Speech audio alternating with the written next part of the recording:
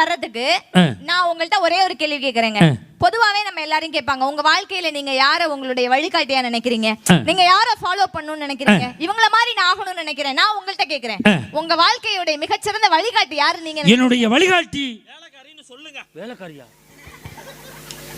வேலையை அப்பப்போ காட்டுறான். என்னுடைய வழிகாட்டி என்னுடைய தந்தை. ஆனா நான் சொல்லவா, நம்ம வாழ்க்கையின் மிகச்சிறந்த வழிகாட்டி எல்லாருக்குமே ஒண்ணுதான். யாரு? அதுதான் Google map.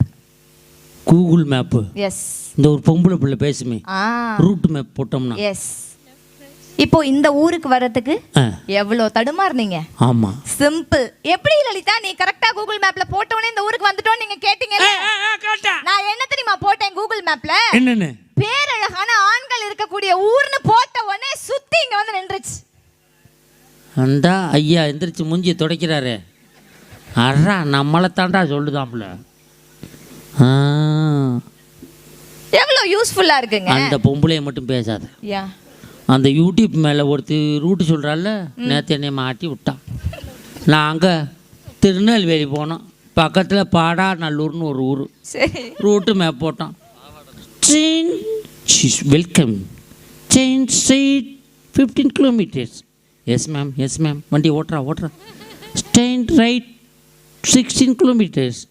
10 left 10 right 2 kilometres.